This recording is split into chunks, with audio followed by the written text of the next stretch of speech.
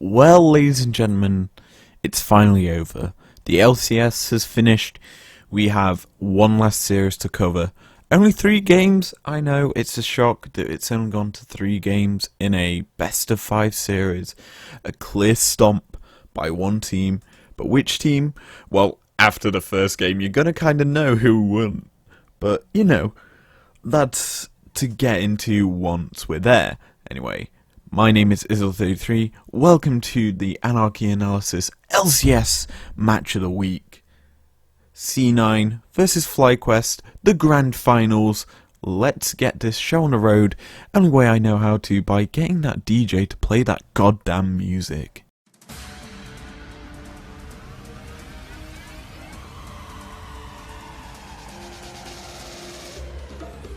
So let's get into our first pick ban phase, and one thing I'd like to point out, these bans stay quite similar throughout the entirety of the series.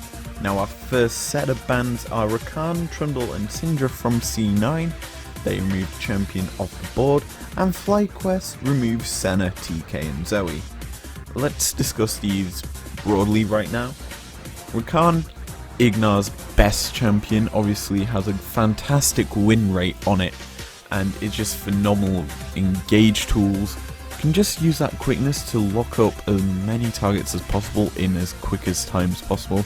I guess that's why it's called quickness. Trundle, great champion for shutting down tanky top laners that subjugate, and the use with an Ornn alongside it, obviously you create more pillars, meaning more knock-up opportunities for an Ornn. So removing that champion is a very, very nice ban by C9. And then the Syndra, kind of one of them very strong champions that PoE can rock. I think we've seen Turtle rock it for like 1 game this season, and I don't think he won on it. But it's still a very, very strong champion in terms of the fact that you have a lot of AP burst damage. You also have ability to lock up many targets with that Scatter of the Week, and it's very, very easy, I would say, for you to use that ultimate to start and disengage teamfights. Now, on the Flyquest side, we see the Senna ban. It's a trademark red side ban at this point for the patch 10.65, maybe 4. Definitely at the start of Season 10, we've seen a lot of Senna bans. She's probably like got a 63% ban rate, I would say. Something quite high. As for the next ban, TK. Again, it kind of removes some safety options. Obviously, it kind of forces C9 to not have this safe option against Flyquest, who like to play very hard engaged champions like Blitz, like Thresh, like Rakan, not like Nautilus technically. These sorts of picks that start fights are what Flyquest want. They're a very, very aggro team. Whereas C9, Vulcan can play these champions, but he's also very capable on these sort of protect the ADC champs like a Tahm Kench, like a Braum, even a Thresh. These are his sort of picks that allow him to play safe, keep his lane winning and being so dominant. And it's very, very good to see Flyquest noting they want to put some pressure on this bot side of the map. As for the last ban by Flyquest in this first ban phase, it's a Zoe. Zoe, good response ban to Syndra. Obviously, she does kind of get quite countered by the Syndra, so removing that pick from Niski, who's been dominant in playoffs on that Zoe, by the way, has won games off of it and actually looked very, very terrifying, to say the least, is a very, very nice ban from Flyquest. We kick off this pick phase with the immediate lock-in of a set. Now, we're going to discuss set quite heavily here, as it was very, very powerful. A great powerful champion in terms of the fact that he has a lot of burst damage with that Haymaker once he builds up enough grit. He can use his ult to reposition in teamfights, as well as disrupt them heavily by removing frontliners away from your backline. You also have the ability to pull in and fight in good close quarters combat and absolutely decimate a team fight. In response, we do see Flyquest pick up their own top laner. they pick up Dion, a great champion in terms of the fact that he's very bulky. He has great tools in terms of the fact that he has an amazing ultimate to set up fights. You use it, the Call of the Forge God, to bring down a ram and just knock up as many targets as possible. You're basically playing bowling. And you're returning the shot back at him and dealing a lot of damage, as well as making it so that your team can just follow up onto a very, very hard, well, a very, very hard engage tool. And the best thing about Nautilus into set is you kind of counter the Showstopper ultimate from the set, because you can Bellows Breath the actual ult, and you don't go anywhere into your team. You stay where you are in the actual team fight and are actually in a very, very good position in terms of fighting. As for the second pickup for Flyquest, it's actually going to be the Aphelios. Aphelios now is a good champion in terms of the fact that he has a lot of burst damage to go alongside that Orn ult. If that Orn locks up multiple targets, say 3 or 4, that Infernal he has can absolutely shred them to pieces and absolutely make a team fight one for Flyquest. Now, the next pickup that we do see on the C9 side is them locking in their entire bot side of the map. Sven will be piloting in this game the MF, a great champion that works quite well alongside the set, in terms of the fact that Set is wanting to pull all the targets closer to him. He'll slam targets in together with that show-stopping ultimate to land the teammate on the Flyquest side into another teammate on Flyquest side. And when they're all close together, MF can literally unleash bullet time, raining hell onto the Flyquest side and absolutely dismantle a team fight. And what better way to dismantle a team fight than picking up a champion that has a hell of a lot of CC in their kit. Nautilus is a great support champion in the current meta, obviously it being a very tanky meta at the moment. Nautilus is good in terms of the fact that he has a hook that locks up targets, his passive locks up targets, his ultimate locks up targets. It makes it very easy for an MF to have multiple users on her team to set up her ultimate, and as such is a very, very nice pick. In response, we do see the Pantheon to end out this phase. A great champion in terms of the fact that he has a good roam game. Obviously it can be played support if it's flex down there. It's not as strong as its jungle counterpart. Obviously you've got many paths you can build with Pantheon. You can go for the full lethality-esque build, or you can go down the routes of a tanky build where you sustain a lot of damage and it becomes easier for you to play the game. And yeah, that is a very, very nice, I guess what the word would be, reactive draft between the two teams. And yeah, let's move into our last ban phase of game number 1. Our second ban phase kicks off with Flyquest banning out the Olaf, and it's a very good ban here, as Gragas is still on the table for both teams. Flyquest realistically would ban the Olaf, granted is kind of a heavy AD set of bans, and that they do here, obviously when they have realistically no AP picks on the C9 side, so there's more than likely going to be a Gragas pick from Cloud9. But we see the Olaf ban here. Great champion in terms of the fact that he does counteract the set, which I don't get why Flyquest overall banned him. I mean, yeah, it does stop against the lockdown from Orn, and Flyquest technically do already have their jungler, but honestly I would think they should ban some AP junglers rather than a Olaf. As for the response from C9, well, we do see them ban out the LeBlanc here. Obviously Fly don't have their mid laner, and LeBlanc's a great burst heavy mage. I'm surprised it's not a Victor or an Orianna, two safe strong picks that Flyquest are running currently in the mid lane, what they ran in their TSM series. and overall did very good on. After the next ban from Flyquest, we see Nocturne removed, which I was surprised about, and immediately when I saw that, I'm thinking, C9 are famous for one AD jungler that they've ran at Worlds. They ran it last season when Sven Skaren was playing, and they've ran it this season with Blabber playing it. And it's the Kindred that was left open, and I felt at this point that Flyquest have let through a very powerful pick to C9, who are more than capable in running the champion. And yeah, it would make the C9 team very AD heavy, but it's still a good champion in terms of the fact that if the set goes way too far, you also can just put the ult on him, protect him. You've also got a tool if MF, while she's bullet timing, gets absolutely dove by that Pantheon.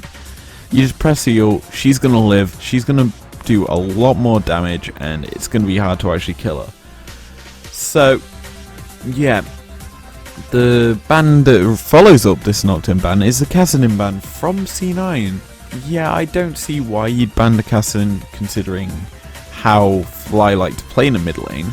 It's not that big of a pick that they focus, honestly, and yeah, it's a bit of a weird ban to say the least. So let's get into the sprinkle dust, the cream on top of your cake, the last round of picks. And well, we start off with the Azir pick up here for Flyquest. Obviously a control mage, the sort of style that PoE likes to play. Not one of his signature two that we've seen in the playoffs so far, but Azir is a very strong champion for him. Obviously you have to build a very big amount of attack speed with your 3 Sand Soldiers when they're up, and you're able to just basically burst out champions that are locked up in close proximity to one another, and in essence it's a very strong AP mid that controls the lane very well and can deal with the likes of a Zoe or a Syndra or champions that have been banned. And yeah, you get to see the picture.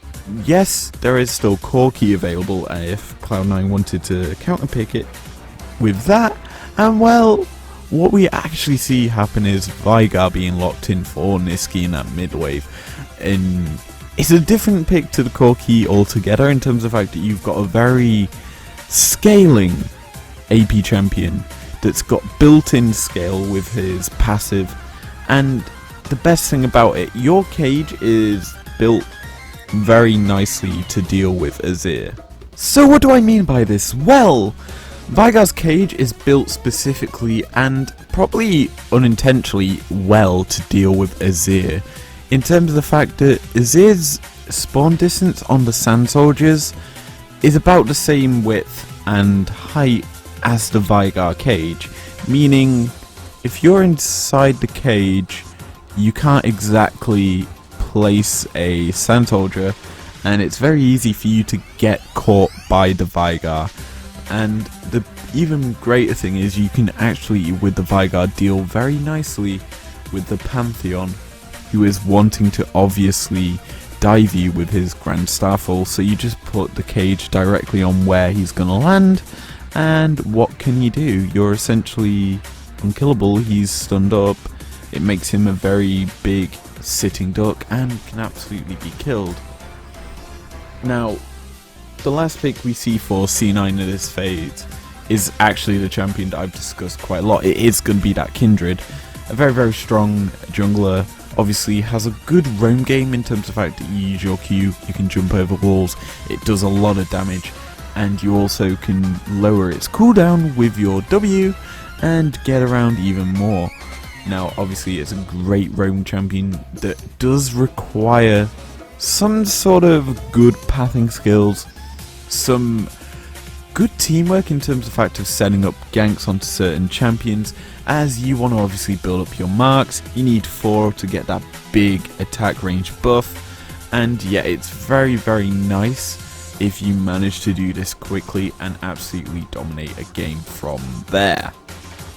Now, the last pick of the game is something that we've seen before. It's actually going to be Ignar getting his Blitzcrank obviously the meme king Ignar in the current playoffs has been dropping a lot of emotes, and Blitzcrank is a meme champion. It's a good champion, obviously, with that hook. It's an engage tool. It's very, very strong. It is probably one of the best engage tools if you want to go for a pick comp, as you essentially just bring one target to you. It's better than Thresh Hook. It's better than Naught Hook, as it's a full-on pull to you. You don't go anywhere towards them. And it also means that you can do some good combinability with the fact that you can technically, if you had a Kindred, pull them back all the way to where the Kindred is if you use the ultimate correctly. Plus, the ultimate on Blitz is great.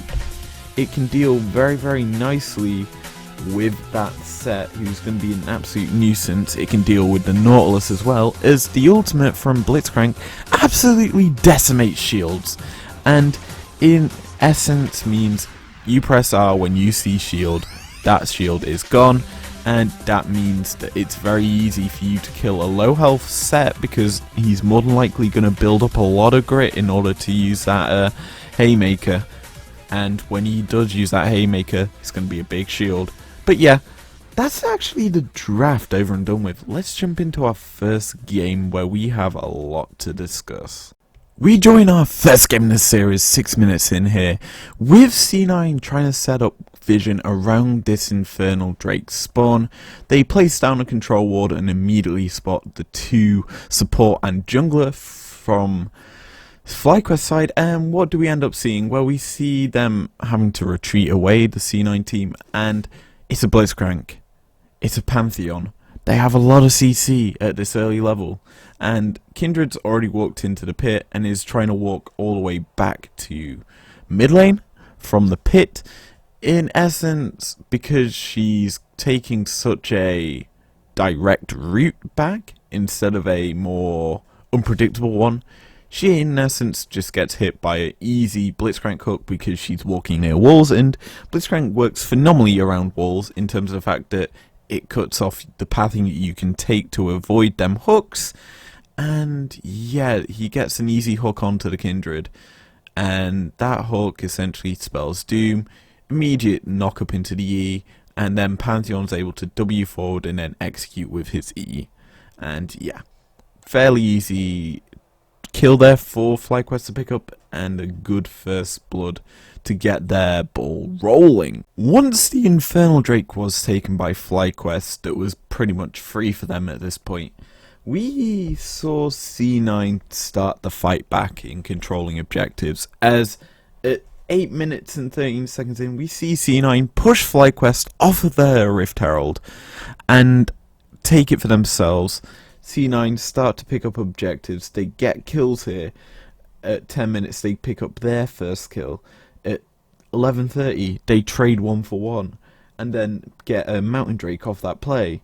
They then get the first turret 14 minutes in, and then get a 2 for 1 trade, which actually is a very interesting fight. Now the play kicks off with Vigar picking up first turret, and what actually gives away the first kill to C9 is the fact that Blitzcrank's trying to clear wards, and because of the way the E works, in essence what happens is the vision gets blocked, so C9 know that there's someone around, so they immediately go to press and contest him and try and kill him, in which they do kill off the Nautilus, and the Blitzcrank, and in response we do see in the bot side of the map a play given over to Solo with his on to pick up a kill onto the top laner for C9, making it a 2 for 1 trade as one member from Flyquest dies, which is the jungler. Now with a very solid gold lead, we jump ahead slightly to around 20 minutes where we see the mid lane being focused for Flyquest here. Ornhorn gets called down onto an overstepping MF, and immediately she gets locked up by the affiliate, or by the Nautilus, the Blitzcrank hook, and she's essentially killed off from there. However, it's not all clean for Flyquest, as Blitz immediately has to pay the price for overstepping in order to lock down the MF, on his next to follow, as well as he's essentially cannon fodder here for the remaining members of Flyquest. And yeah, we even see the Vigar able to teleport away to the top side to defend the tier 2 turret, leaving it only as a 2-for-1 trade in that mid-side of the map, which was very, very big, as one of the key carries for C9 had been shut down, and a bit of gold had gone over to Flyquest, which kind of overall was a fair trade. However, the turret kind of made the trade a bit more C9 favoured. Now we come to the play that cemented game 1 as C9's, as we're positioning around the Baron here. Obviously, it's been up for a while now. We've got Blitz trying to look for a hook around the mid river brush, and yeah, it's kind of a bit of a big sort of do or die situation here, as Blitzcrank's obviously coming up to step forward to clear wards, and well, we do see a bit of a tussle between him and the Kindred, and eventually what happens is Nautilus uses his hook, and we know this is kind of the go point for Flyquest to obviously go forward and try and engage, and they immediately just all pile onto Nautilus, who still has got his aftershock, and because of that, it gives him so much sustain and allowing him to survive that the bullet time is able to rain down on the members of Flyquest that are there, and the follow-up from C9 comes in pretty heavily as they get a miraculous Kindred ult to keep her alive.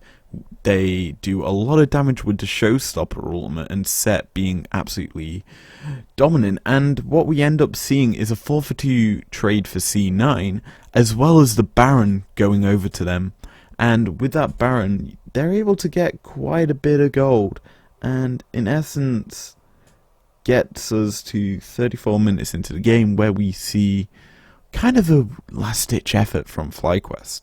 So what do we end up seeing? Well, C9 are at this point setting up for Soul Point. It's 20 seconds until the Ocean Drake spawns, so what they're ending up doing is pushing up the mid wave so that Flyquest have to sit and deal with it, and they kind of have the inside track onto that Dragon Pit, and what inevitably ends up happening is we see the the Nautilus getting caught out and immediately bursted down without his aftershock proccing, and Kindred's then forced to ult herself, and she can't do much here as she gets immediately killed off, followed by the Azir from the Flyquest side because the bullet time shreds through him, all while the MF's getting chunked out on her own because she has no frontline to protect her bar Set, and Set manages to run away at this point. He knows this is a lost fight, and Flyquest actually win a trade here, 4-3, and they get the mid turret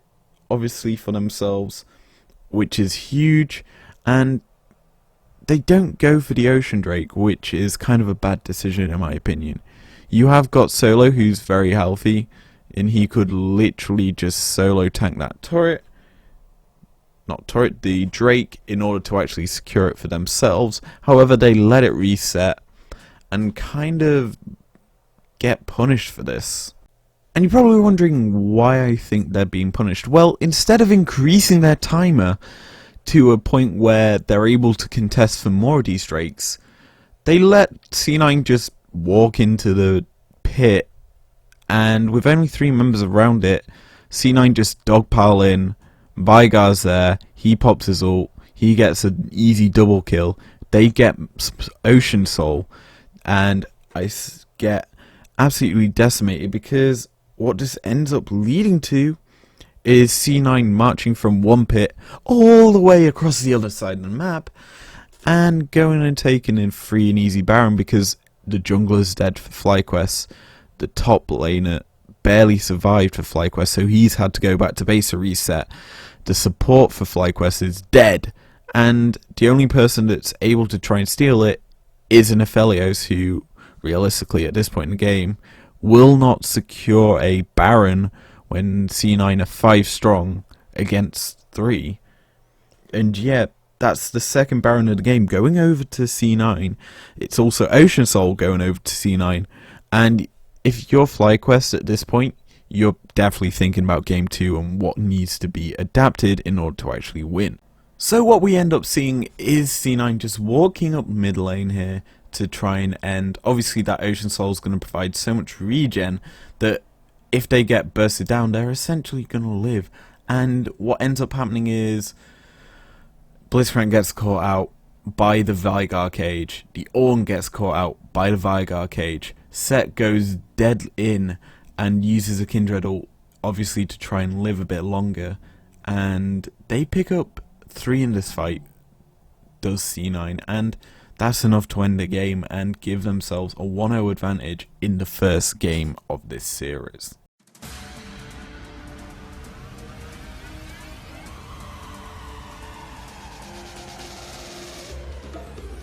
So let's jump straight into our Game 2 draft. Now, these bans stay fairly similar to Game 1.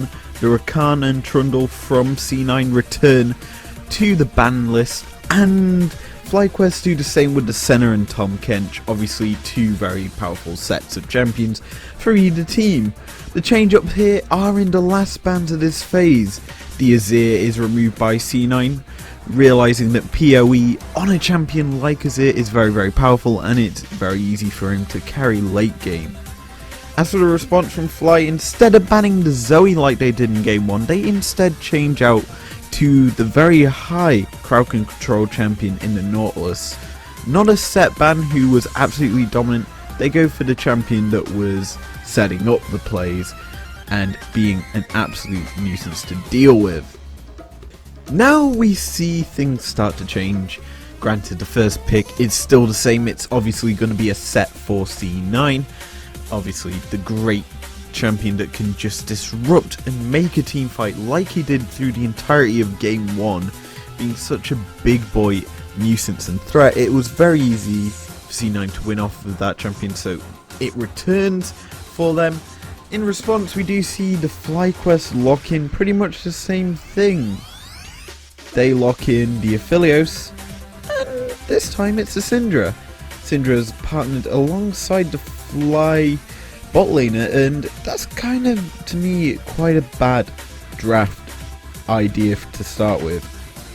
The reason I say this is because you've locked in both your carries and your team before the opponents have realistically locked in any of them, so you've just given C9 2 free counter picks that they can literally take now or get them for free after the second ban phase.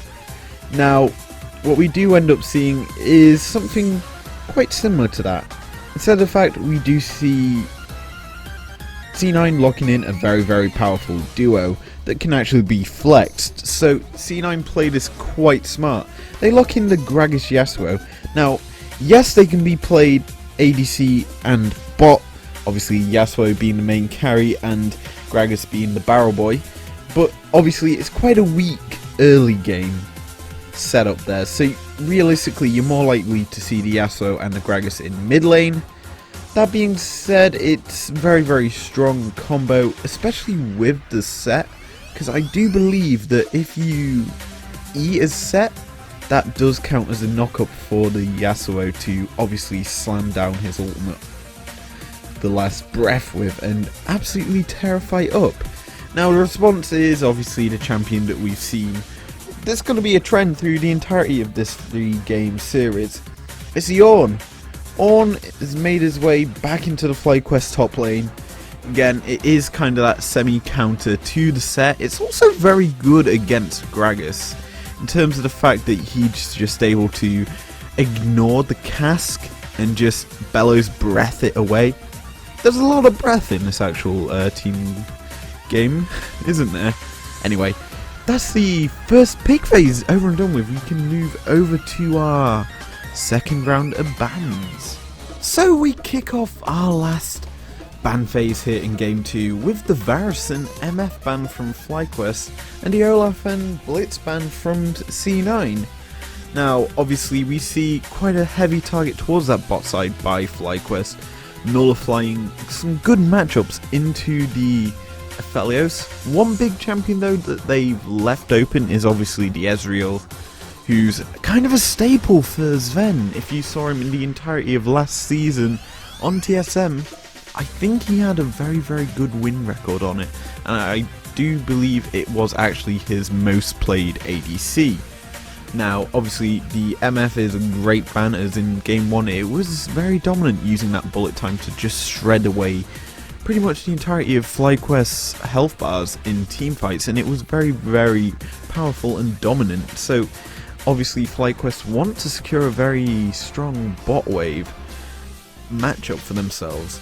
And on the other hand, C9 realistically don't care. They've already guaranteed themselves their counter picks here against the Flyquest carry, so they realistically just ban away a Olaf, who's just there to stop the Gragas, stop the set initiation, and having two champions on the Flyquest side who can do that. Obviously, that wouldn't be great to have if you were Flyquest, but obviously that's now been removed. Blitz obviously is the other ban because it's just a dominant Ignar pick. That does mean that there is options like a Thresh, like a Braum if need be. There is even technically them support mages that you could go, like a Lulu, like a Janna that we saw in the LEC finals, which I'm actually uploading this before then. Shock horror, me doing this the wrong way around. But yeah, that was a very, very nice set of bans by both teams, I guess. I mean, I don't like the picks so far by Fly, but who knows. Let's move over to our last round of picks. So, let's finish out this draft in style. And what we see picked up here is Flyquest choosing their jungler for the first thing this round. And it's going to be the Rek'Sai for Santorin in that jungle. Obviously a good roaming jungler that can obviously provide an execute and a knockup in one kit. That is probably a very strong kit, as well as the fact that she has got a very quick clear rate, so you're going to be getting between camps very easily. You could technically get a 3 buff on the opponent if you play it correctly. Obviously you need to hit level 2 and then 3 and then go use your tunnels and get to the camps, but obviously that is quite hard. Now what we see is Cloud9 locking in more power picks here. They unleash the Kalista, something that we haven't seen Sven actually rock in a long time, if ever, in pro play, and it's a very strong pick. I can't say that more than Kalista is a godly pick in the current meta. It's godly in top lane, but when you have a set, you go with the set top lane. You put the Kalista down in bot, and it's very hard for an Aphelios to unroot and unsettle a Kalista because she's just able to dodge out most of his attacks. If he starts to harass her with his red gun, she's just gonna jump back, and the lifesteal just gets removed from him. She just stacks up Ren stacks very easily against this Flyquest team, and it's very easy for her to play. As for the champion that's going alongside her though, is another champion that works similarly to the Kindred Blitz combo that we spoke about earlier.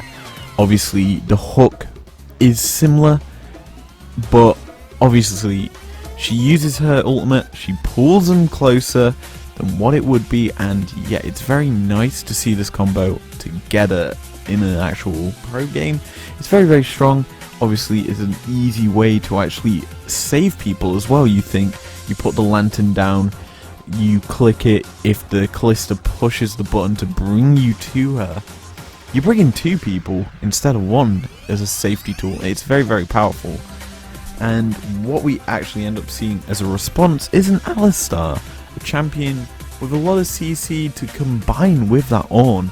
Very similar in terms of strengths and how they work, the mechanics behind them.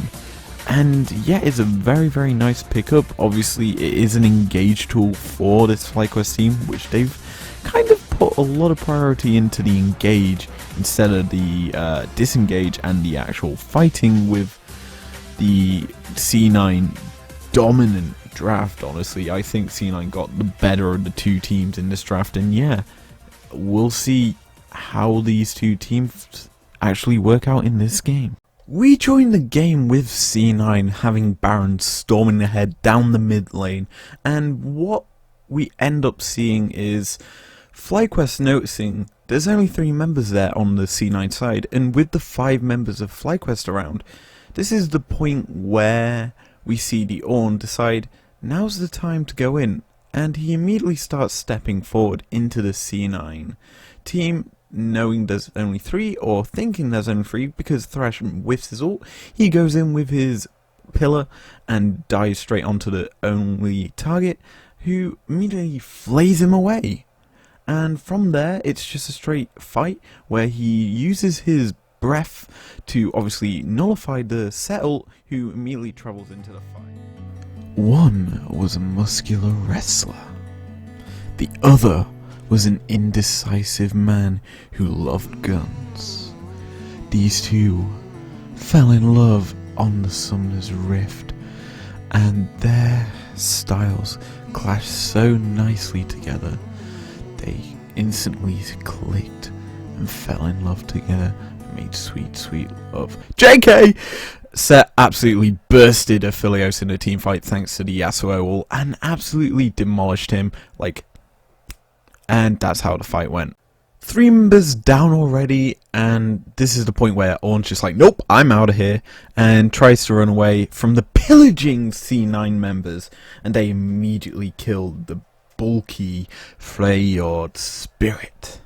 Once the 4 members of Flyquest died, C9 took the opportunity with the Sett to just punish Flyquest even more by getting themselves the Ocean Soul, the most powerful soul in the game, and from there they are able to push out and win game 2 as we jump into our 3rd and possibly final game.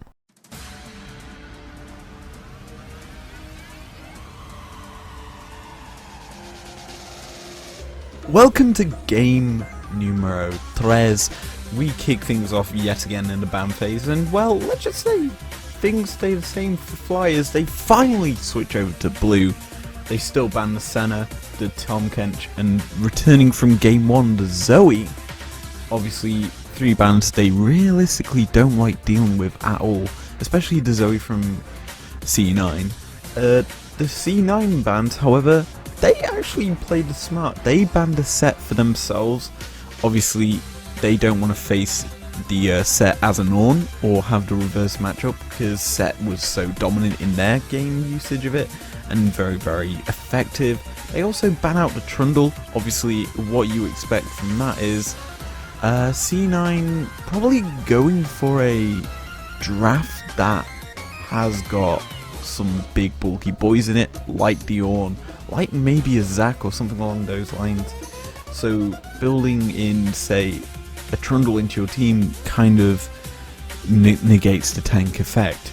They also ban out the Azir, a return from game 2, obviously a very, very strong pick for Flyquest in the first game, and also for PoE overall in the past few series that he's played with the champion. It is carried, and it's carried well. Moving into our first round of picks, well, Flyquest are uncontested due to there being no Sett, so they decide to play it smart and actually lock in their top laner here.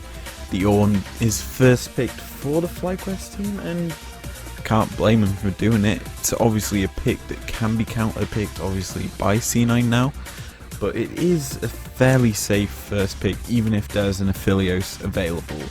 And as such, C9 take the opportunity to take that said champion. The Aphelios goes straight over to C9.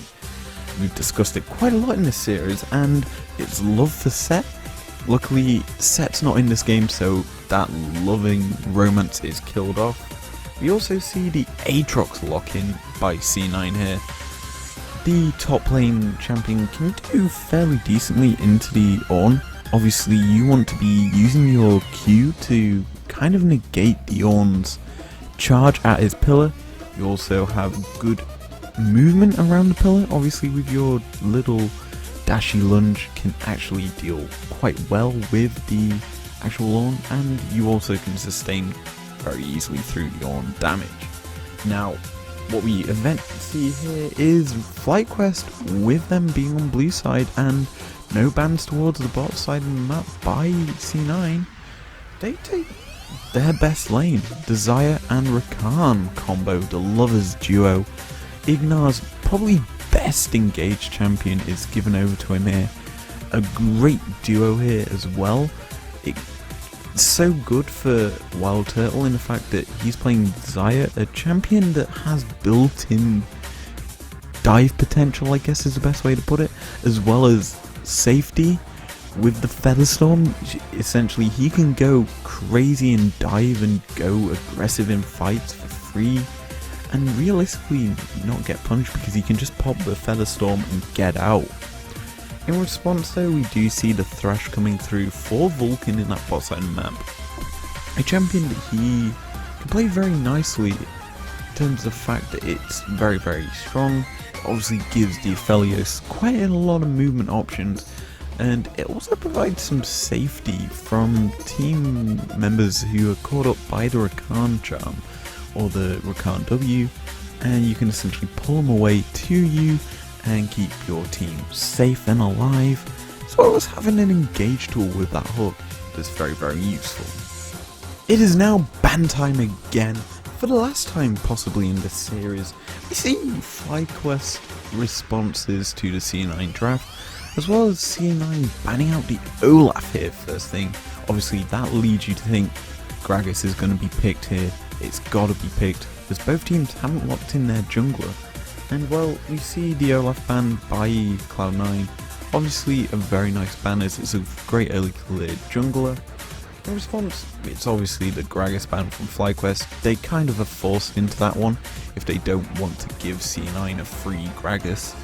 And yeah, it's fairly telegraphed as Cloud9 are puppeteering this last ban phase as the Rek'Sai ban comes through. Obviously that puts us down to quite low tier junglers, bar say a Sejuani or maybe a Lee Sin. But you know, we do see the LeBlanc ban coming out from Flyquest, removing a couple of AP options, and there's been a bit of target towards that mid lane by Flyquest as they feel that's a pressure point they could possibly win through, as they feel PoE should be better than Nisqy overall. And well, yeah, these bans make sense to obviously target him slightly with them. So let's finish out our draft, and naturally C9 do the best play here. Give Nisqy the counter pick, and they immediately lock in here the Jarvan for Blabber.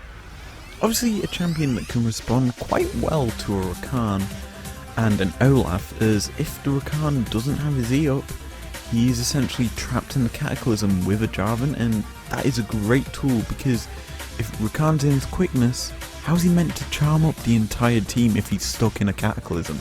It's very hard to do, and it's a good champion to obviously do this with. Now the response from Flyquest is to well lock in both their laners because they kind of have to. They lock in the Syndra to work alongside that Ornn, which is a great combo. I'd much rather have seen maybe an MF partnered with the Rakan instead of Desire at this point if you're going with the Syndra, but it's still a very strong team comp, and Syndra does do a lot of damage and can execute quite easily. The last pick here for Fly is going to be the Pantheon, a champion that we've seen in jungle quite a lot recently. Very strong. Obviously you've got two builds, you've got the lethality, you've got the full tank. You probably all see the lethality like in game 1 by Santorin. And yeah, I've said it before, great roam, good global ult to get around, and what is the best response that we see for the mid lane for Nisqy here to counter the Syndra? Well, it's just a safe, strong pick that, yes, will lose early game to a Syndra, most things do. It's the Rumble, and Rumble is a great champion here in terms of the fact that all of Flyquest realistically aren't that bulky, bar the Ornn and possibly the Panth. So if you place a well placed Rumble equalizer, that's pretty much the teamfight won, because Ornn can't realistically stand on top of the equalizer to cast his own Ornn. And Pantheon, you just place the ult where Pantheon's landing. It's again pretty strong in that sense, that you kind of just counteract how Flyquest want to play realistically. if they want to play engaged champions like Rakan, just drop an equalizer on top of your team. He's not going to jump on top of you because he'll immediately burn down and die and lose his team to fight. So it's a great champion to deal with the engage from Flyquest, and a great champion to actually win the game for C9. We join the game 3 minutes 30 seconds in, basically, and it's first blood for Flyquest. Obviously, this is the top lane skirmish between an Aatrox and Norn that essentially happens to be Aatrox over pushing, trying to get minions in the wave and trading with the Ornn, and gets punished by the Syndra and the Pantheon, who forces the TP out of the Aatrox, back to lane, and essentially a free reset for solo in that top lane. But from this play, we see C9 start to claw the game back almost instantaneously, as literally 2 minutes later from this play, they get a free Cloud Drake in the bottom half of the map because Santorin's having to focus topside in order to try and punish the flashless and TP-less Aatrox for most of that time. So essentially it's pretty easy for C9 to use their pushing bot wave in order to get a free Cloud Drake. They also use this pressure to secure a kill in the bot wave, as two members roaming down in vision of Flyquest roam down to bot to actually punish the ADC for Flyquest, who's stuck on the turret trying to get CS to not fall behind to the Aphelios, and essentially just gets dove and killed off by a Rumble, who just literally places the equalizer directly on top of the no ulting Xayah, who cannot flash away to save her own life and realistically should have backed away from turret. So what play gives C9 the win here? And you'd say it's this clever play where Flyquest are trying to block off the roam towards the Dragon Pit for C9, and what we end up seeing is C9 just literally walking around the Flyquest defensive line in order to actually secure themselves an easy engage onto the Flyquest team, who are expecting C9 to come from one direction, but instead come the other way, just walk straight towards the Mountain Drake, start it up, and because there is one member caught alone for C9, the Jarvan gets immediately popped by the Flyquest team, giving them jungler advantage, and a lot of damage done directly onto that Thresh. We see a fight that Flyquest think they win. However, with a well-timed equalizer and Aatrox turning up in the nick of time to execute on the team fight, we see Flyquest losing 3 members off this play. And what do they gain? A kill on a jungler. That's it. They also lose the Mountain Drake. That puts C9 on a sole point, and what we end up seeing 20 minutes into the game is C9 take an uncontested Baron. Fly don't have any vision control because they aren't able to get up to the Baron pit. They're struggling to deal with the way C9 are playing this game. They've got such a tight grasp on it from this team fight alone that what are you supposed to do if you're Flyquest to get back into this game other than look for a pick in the side lane with your Pantheon? However, at this point in the game, it's pretty much over for Flyquest. C9 control too much. They've got 2 win conditions. Right here, they can just push the waves, kill off turrets with the Baron buff, or look for a pick themselves. If they get any kill here, it's realistically game over for Flyquest, and essentially if anyone gets killed by C9, you basically means either Soul's going straight over to C9 and they're able to push off with that and win, or it's just run it straight down mid with the Baron buff, as they're able to pick up the mid tier 1 turret from this Baron and possibly even more. And as I say, this is basically it for Flyquest, and they have to make one final stand 27 minutes into the game.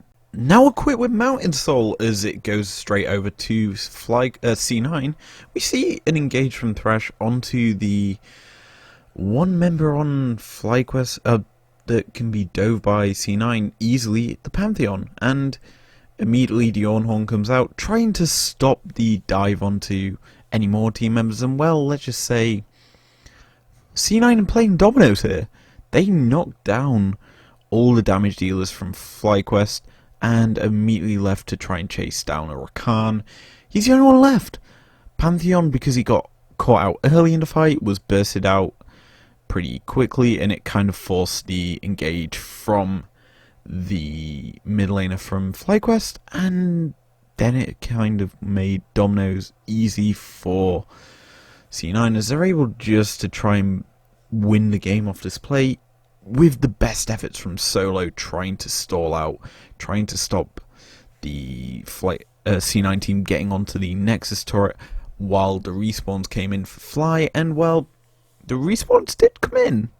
They're just not enough to stop this behemoth snowball crashing onto your Nexus and C9 becoming your LEC 2020 Spring Split champions. Now, when looking at a series, you kind of have them expectations, thinking how it's going to actually play out and what you think is going to happen. And for this game, I felt C9 would be dominant. Not as dominant as they was, obviously. I'd expect Flyquest to maybe win a game, because they were able to defeat EG, who took a game off C9 this season. And yeah, it looked phenomenal how C9 were able to play this series. And yes, I did critique quite a lot of the Flyquest drafting, and their priorities were kind of a bit mixed, I guess would be the best way to put it. But what we end up seeing was C9 turning up like they have done through the entire split, and they've been by far the best team in the LCS as a whole. And I have said in my playoffs results, the grand finals results video, which has come up literally the day I'm recording this, it's amazing to see the C9 team, who changed up so much of their roster this year. You thought, or I thought personally, wouldn't be that good. I still thought they were a playoff place team, but with the types of changes they made, you lost Sneaky, your probably superstar ADC. You lost Svenskeren, the summer split MVP, and you kind of lost your support as well in Zazel, going alongside Svenskeren to EG. It was like, okay, the C9 team, yes, you're bringing in Vulcan, a phenomenal player who performed absolutely incredibly for Clutch Gaming at the end of the summer split last year, and you bring in your actual sub-jungler in Blabber, who this year became the Spring Split MVP. It's amazing to actually see this young roster actually thrive so well against the likes of the Team Liquids, who really underperformed this year as a whole, and I feel realistically should probably bounce back in summer.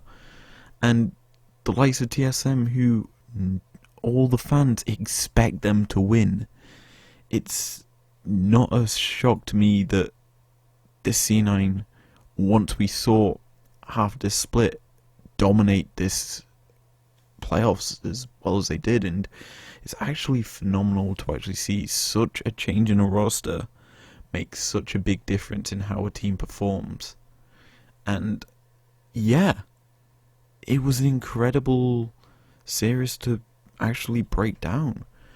And yes, I did miss out last week's LCS Anarchy analysis for the EG series against Cloud9, because I felt I didn't have enough time, and because I didn't think it would be that big of a series to cover, because I knew we'd be covering C9 in the final. You know that C9 are going to make it through to the finals because they've just been that phenomenal force that no one can deal with. But, as I say, that's going to be it for this episode of the Anarchy Analysis series breakdown of the grand finals in the LCS. Once again, congratulations to Cloud9. Hopefully we see them at MSI if things go to plan. If there is one, I don't know. I'm yet to confirm it or check my actual sources. And yeah, if you enjoyed this episode, leave a like down below, subscribe if you're new around here if you want to, and I will see you guys later. Peace out.